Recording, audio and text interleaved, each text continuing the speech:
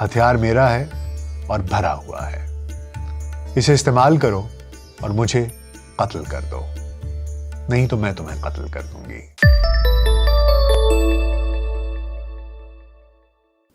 VLC pod cost میں doctor ناصر bag کے ساتھ خاکسار آپ کی خدمت میں حاضر ہے۔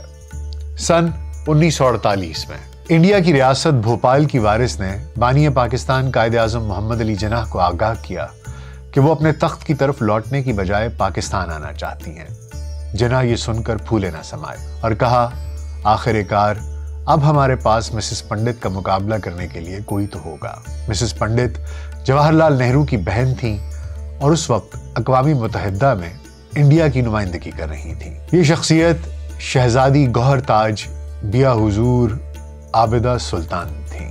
ان کے اکلوتے فرزند شہریار محمد خان یاد کرتے ہیں کہ جب ان کی والدہ پاکستانی سفارت خانے سے اپنا پاسپورٹ لینے پہنچی تو انہیں خبر ملی کہ جناح کی وفات ہو گئی ہے۔ اس سے خاصی تاخیر پیدا ہوئی اور آخر میں وہ محض 2 سوٹ کیسوں کے ساتھ ہی پاکستان آ گئیں۔ شہریار خان سابق سفارتکار اور پاکستان کرکٹ بورڈ کے چیئرمین رہے ہیں۔ ہندوستان کی 2 ریاستوں کی وارث اور شاہی خاندانوں میں پلی بڑھی اس شہزادی نے پاکستان کے لیے اپنی شاہی وراثت چھوڑ کر کراچی میں مستقل سکونت اختیار کی۔ شہزادی عابدہ سلطان نے اپنے حالات زندگی اپنی آپ بیتی عابدہ سلطان ایک انقلابی شہزادی کی خود نوشت میں تفصیل سے رقم کیے ہیں، جس کے مطابق وہ 28 اگست 1913 کو بھوپال کے قصر سلطانی میں پیدا ہوئیں۔ اس وقت ریاست بھوپال پر ان کی دادی نواب سلطان جہاں بیگم کی حکمرانی تھی، جنہیں بھوپال کی رعایا سرکار اماں کے نام سے یاد کرتی تھی۔ سلطان جہاں بیگم کے 3 بیٹے تھے، جن میں سب سے چھوٹے بیٹے حمید اللہ خان تھے اور عابدہ سلطان ان کی سب سے بڑی صاحبزادی تھی۔ اس بات کا دور دور تک امکان نہیں تھا کہ سلطان جہاں بیگم کے بعد ریاست بھوپال کے والی ان کے سب سے چھوٹے بیٹے حمید اللہ خان یعنی عابدہ سلطان کے والد بنیں گے، اور وجہ یہ تھی کہ جہاں بیگم کے حمید اللہ سے بڑے 2 بیٹے موجود تھے۔ مگر ہوا یہ کہ حمید اللہ خان کے دونوں بڑے بھائی سن 1924 میں 5 ماہ کے مختصر عرصے میں یکے بعد دیگرے وفات پا گئے۔ اب سلطان جہاں بیگم نے اپنی ریاست کا وارث حمید اللہ خان کو نامزد کیا، جو علی گڑھ کے فارغ التحصیل تھے، کھیلوں کے شوقین اور نڈر شخصیت کے مالک تھے۔ ریاست کے انگریز ریزیڈنٹ اس فیصلے کے حق میں تھے، مگر وائس رائے سلطان جہاں بیگم کے پوتے حبیب اللہ خان کو ان کا وارث بنانا چاہتے تھے۔ سلطان جہاں بیگم نے اپنا وارث نامزد کرنے کے لیے عدالت میں مقدمہ لڑا اور یہ کیس جیت لیا کہ اپنا وارث نامزد کرنے کا حق صرف ان کے پاس ہے۔ سلطان جہاں بیگم نے اپنی زندگی میں ہی یعنی 1926 میں ریاست بھوپال حمید اللہ خان کے سپرد کر دی اور سن 1930 میں ایک مختصر سی علالت کے بعد وہ وفات پا گئی۔ شہزادی عابدہ سلطان کے مطابق ان کی تربیت نواب سلطان جہاں بیگم نے خود اپنی نگرانی میں کی۔ انہوں نے عابدہ سلطان کے لیے نور الصباح کے نام سے ایک محل تعمیر کروایا اور انہیں امور مملکت کے ساتھ ساتھ گھڑ سواری، نشانہ بازی اور مختلف کھیلوں کی تربیت بھی دی۔ وہ عابدہ سلطان کی مذہبی تعلیم سے بھی غافل نہیں رہی اور انہیں قرآن پڑھانے کے لیے ایک عرب عالم دین شیخ محمد عرب کی خدمات حاصل کی۔ شہریار خان بتاتے ہیں، سرکار اماں میری والدہ کی تربیت ایک مثالی مسلم عورت کے طرز پر کرنا چاہتی تھی۔ وہ میری والدہ کو روز صبح 4 بجے قرآن کی تلاوت کے لیے جگا دیتی تھی۔ تلفظ اور یادداشت کی ہر غلطی پر انہیں مار بھی پڑتی تھی، لیکن نتیجہ یہ نکلا کہ 6 برس کی عمر میں انہوں نے قرآن حفظ کر لیا۔ نواب سلطان جہاں بیگم نے بھوپال پر 1901 سے 1926 تک حکمرانی کی۔ شہریار خان کے مطابق اگرچہ سرکار اماں شہزادی عابدہ سے بہت پیار کرتی تھی، لیکن وہ اپنی شفقت کا برملا اظہار کم ہی کیا کرتی تھی۔ جس دن انہوں نے حفظ قرآن مکمل کیا، انہیں 1 دن کی تعطیل عطا کی گئی اور سرکار اماں نے انہیں بوسہ دیا۔ وہ فرماتے ہیں کہ ان کی والدہ کہتی تھیں کہ ان کی یادداشت میں یہ پہلا موقع تھا جب کسی نے انہیں پیار سے چوما ہو، کیونکہ ان کے خاندان میں شفقت کا اظہار شاذ و نادر ہی کیا جاتا تھا۔ شاہی گھرانوں کی خواتین سے یہ توقع کی جاتی تھی کہ وہ بچپن سے ہی گھڑ سواری میں مہارت حاصل کریں۔ شہریار خان کے بقول چھوٹی عمر سے ہی میری والدہ کو سکھایا گیا تھا کہ ہر پٹھان کو ایک اچھا نشانے باز بھی ہونا چاہیے، اور شاید ہی کوئی ایسا وقت ہوگا کہ ان کے پاس اپنی کوئی بندوق نہ رہی ہو۔ بچپن میں ان کے پاس ایک کھلونا رائفل تھی۔ جب بڑی ہوئیں تو پرندوں کا شکار کرنے کے لیے ایئر گن استعمال کرنے لگیں۔ اس سے قبل کہ میری والدہ اور ان کی بہنوں کو اصل رائفل استعمال کرنے کی اجازت ملتی، انہیں نشانہ بازی کی فوجی مشقیں کروائی گئیں۔ وہ روزانہ کی بنیاد پر شوٹنگ رینج پر مشق کیا کرتی تھیں۔ شہزادی عابدہ سلطان نے اختر سعیدی کو دیے ایک انٹرویو میں بتایا کہ ان کا نکاح ان کی دادی نے ریاست کوروائی کے نواب سرور علی خان سے اپنی زندگی میں ہی کر دیا تھا۔ اس وقت ان کی عمر 17 سال تھی۔ شہزادی عابدہ سلطان کی خود نوشت کے مطابق ان کی رخصتی 5 مارچ 1933 کو ہوئی اور 29 اپریل 1934 کو ان کے اکلوتے فرزند شہریار محمد خان پیدا ہوئے۔ تاہم عابدہ سلطان اور نواب سرور علی خان کی شادی زیادہ عرصہ نہ جاری رہ سکی۔ وہ اپنے بیٹے کے ساتھ بھوپال آ گئیں، مگر نواب سرور علی خان نے وائسرائے لارڈ ویلنگٹن سے شکایت کی کہ انہیں ان کے بیٹے کو حاصل کرنے کے قانونی حق سے محروم کیا جا رہا ہے۔ قانون کے تحت وہ اپنے وارث کو حاصل کرنے کا اختیار رکھتے ہیں، مگر قانون یہ بھی کہتا تھا کہ جب تک بچے کو ماں کا دودھ پلایا جا رہا ہے اس وقت تک اسے ماں سے جدا نہیں کیا جا سکتا۔ نواب سرور علی خان نے اپنے وارث کی پہلی سالگرہ کوروائی میں منانے کی تیاریاں شروع کی۔ ایسے میں عابدہ سلطان نے ایک دلیرانہ فیصلہ کیا اور ایک رات وہ تنہا بھوپال سے 100 میل کے فاصلے پر واقع کوروائی کے سفر پر روانہ ہو گئی۔ رات 1 بجے وہ کوروائی کے محل میں پہنچی، اپنا بھرا ہوا ریوالور اپنے شوہر کی جانب پھینکا اور کہا، ہتھیار میرا ہے اور بھرا ہوا ہے، اسے استعمال کرو اور مجھے قتل کر دو، نہیں تو میں تمہیں قتل کر دوں گی۔ یہ وہ واحد صورت ہے کہ تم اپنا بیٹا مجھ سے حاصل کر سکتے ہو۔ نواب صاحب بدحواس ہو گئے اور انہوں نے التجا کی، خدا کے لیے یہاں سے چلی جاؤ، میں اپنے بیٹے پر کسی قسم کا حق نہیں جتاؤں گا۔ عابدہ سلطان نے ریوالور اٹھا کر اپنی جیب میں رکھا اور کوروائی سے بھوپال واپس پہنچ گئیں۔ اگلے روز نواب سرور علی خان نے نواب حمید اللہ خان کو عابدہ سلطان کی اس حرکت کی اطلاع دی۔ نواب حمید اللہ خان نے اپنی بیٹی کی جرت کی حمایت کی اور یوں شہریار خان ہمیشہ کے لیے عابدہ سلطان کی تربیت میں آ گئے۔ نواب سرور علی خان نے عابدہ سلطان کو طلاق تو نہیں دی، مگر ان کی اجازت سے دوسری شادی کر لی۔ بعد میں عابدہ سلطان اور نواب سرور علی خان ملاقات بھی کرنے لگے اور ان کے درمیان خط و کتابت کا سلسلہ بھی جاری رہا۔ دونوں خاندانوں کا آپس میں دوبارہ میل جول ہو گیا، یہاں تک کہ نواب سرور علی خان کی دوسری بیوی سے ہونے والی نواسی کی شادی شہریار خان کے بیٹے سے طے ہوئی۔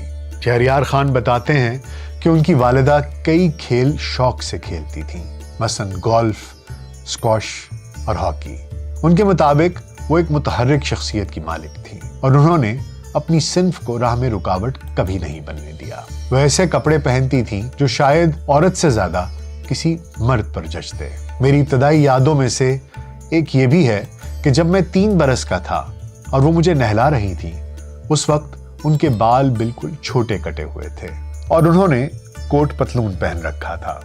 مجھے بعد میں اندازہ ہوا کہ وہ گھڑ سواری کے لباس میں ملبوس تھیں۔ انہیں قطن پرواہ نہیں تھی کہ لوگ ان کے بارے میں کیا کہتے ہیں۔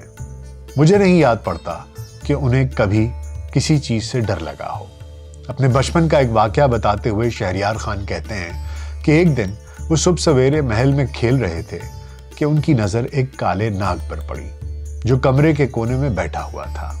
میں ڈر کر اپنی والدہ کے پاس بھاگا، لیکن انہوں نے اپنی بندوق نکالی اور اس ناگ کو مار ڈالا۔ شہریار کے مطابق انہیں ہمیشہ یقین تھا کہ ان کی والدہ بہت طاقتور ہیں اور وہ کچھ بھی کر سکتی ہیں، اور اس بات کی دلیل شہزادی عابدہ سلطان کی خود نوشت میں بھی ملتی ہے۔ وہ لکھتی ہیں کہ انہیں ہوا بازی کا جنون تھا، تاہم ان کے والد ان کے اس شوق کے راستے میں رکاوٹ بن گئے اور انہوں نے اپنی بیٹی کی زندگی خطرے میں ڈالنے سے انکار کر دیا۔ پھر عابدہ سلطان اپنے اس شوق کو پورا کرنے کے لیے ایک مہم جوئی پر مجبور ہو گئیں اور شکار کا بہانہ بنا کر کلکتے پہنچ گئیں اور کلکتے پہنچ کر ایک مقامی فلائنگ کلب میں داخلہ لے لیا۔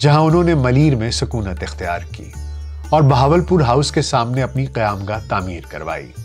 ملیر کا علاقہ انہیں بہت پسند تھا اور وہ اپنے اس گھر میں 50 سال سے زیادہ دیر تک قیام پذیر رہیں۔ ان کی یہیں وفات ہوئی اور وہ یہیں آسودہ خاک ہیں۔ شہزادی عابدہ سلطان ایک نواب خاندان سے تعلق رکھتی تھیں۔ پاکستان میں ان کے تعلقات لیاقت علی خان سے لے کر محمد علی بوگرا، سکندر مرزا، حسین شہید سہروردی، ایوب خان، یحییٰ خان اور دیگر ان جیسی شخصیات سے قائم رہے۔ محمد علی بوگرا کے دور میں انہیں اقوام متحدہ بھیجے جانے والے پاکستانی وفد میں شامل کیا گیا اور سکندر مرزا کے دور میں انہیں برازیل میں پاکستان کا سفیر مقرر کیا گیا۔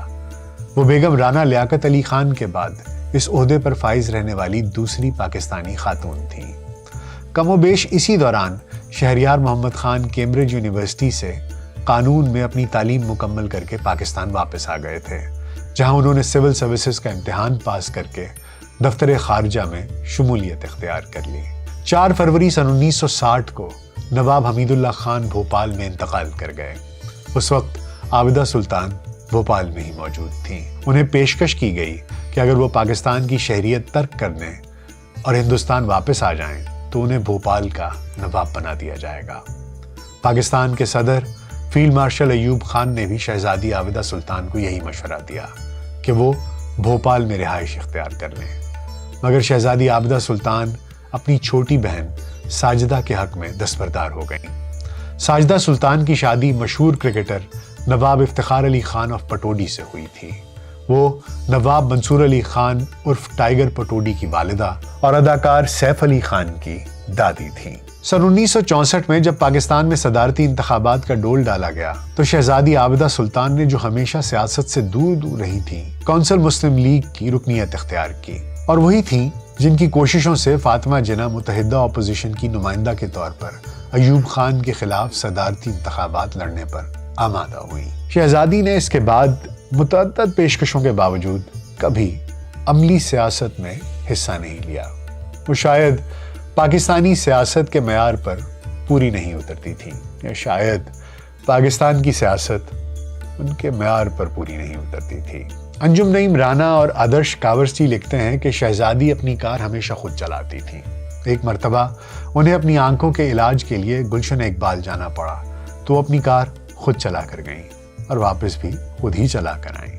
ان کا تیراکی، ٹینس اور نشانے بازی کا سلسلہ بھی 70 سال کی عمر تک جاری رہا۔ عمر کے آخری حصے میں ان کے محلے کے نوجوان ان کے گھر آ جایا کرتے تھے، جن کے ساتھ وہ ٹیبل ٹینس اور شطرنج کھیلا کرتی تھیں۔ 1980 کی دہائی میں انہوں نے اپنی ڈائریوں کی مدد سے اپنی یادداشتوں کو قلم بند کرنے کا سلسلہ شروع کیا، جو سن 2002 میں ان کی وفات سے محض 1.5 ماہ قبل مکمل ہوئی، اور سن 2004 میں میموئرز آف اے ریبل پرنسس کے نام سے انگریزی میں، اور سن 2007 میں عابدہ سلطان ایک انقلابی شہزادی کی خودنوشت کے نام سے اردو میں شائع ہوئی۔ آج کے دور میں جب خواتین ایک سٹرگل کر رہی ہیں ایکول رائٹس کی، ویمن رائٹس کی، ویمن امپاورمنٹ کی، اس دور میں جب آپ پچھلی جنریشن سے، بلکہ پچھلی سے بھی پچھلی جنریشن کی اتنی سٹرونگ خواتین کی کہانیاں، ان کی زندگیاں پڑھتے ہیں، سنتے ہیں، ان کی محنت، ان کی ذہانت اور ان کی اچیومنٹس کو دیکھتے ہیں تو انسان دنگ رہ جاتا ہے۔ ایک اور پہلو یہ بھی ہے کہ نہ جانے کتنے لوگ تھے جو اپنی زندگیاں، اپنی جائیدادیں، اپنا مال متاع، بڑے بڑے عہدے چھوڑ کر پاکستان کے نام پر ہجرت کر کے اس زمین پر آ گئے تھے۔ ان کی آنکھوں میں کچھ خواب تھے، وہ خواب آج پورے ہوئے کہ نہیں ہوئے۔ یہ ان کا قرض ہے ہم پر، مجھ پر، آپ پر، ہماری آنے والی جنریشنز پر، کہ ان کی دی گئی قربانیوں کو ہم رائیگاں نہ جانے دیں، اور اس ملک کے بارے میں جو خواب وہ دیکھ گئے انہیں شرمندہ تعبیر کریں۔ اپنا بہت خیال رکھیے گا۔ شکریہ۔